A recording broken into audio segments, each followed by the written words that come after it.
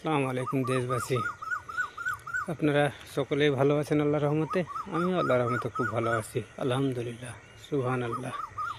আমি যেটা বলছিলাম, দেখুন আমাদের নেকি কিভাবে আমরা তৈরি করব। কাল কিয়ামতের মাঠে নেকির হিসাব পাই টু পাই নেবে। পাপ পাপ কতটা করেছি, নেকি করেছি কতটা করেছি, আমরা প্রত্যেকটা সময়ের হিসাব লাগবে। তাই আমরা অনেকেই গান বাজনা দেখি, পাপ করি, অনেকেই নেশাঘুম করি, পাপ করি। অথচ নেকির রাস্তা অনেক আছে। ভালো ভালো কথা শোনা, শেয়ার করা, ভালো কথা, কোরআন শরীফের তেলাওয়াত শোনা, মোবাইলের দ্বারাই অনেক কিছু করা যায়, পাপও করা যায়, নেকিও করা যায়।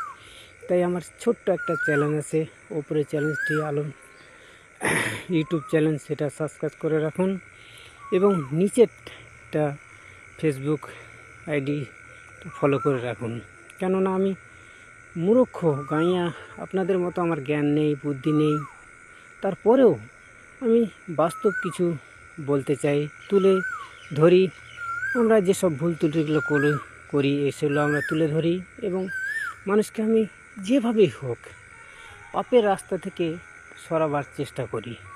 কেননা প্রত্যেকেরই দায়িত্ব পাপ থেকে বেঁচে থাকার, এবং যতটুকু আমরা জানব ততটুকুই অপরকে জানানো অতি উত্তম।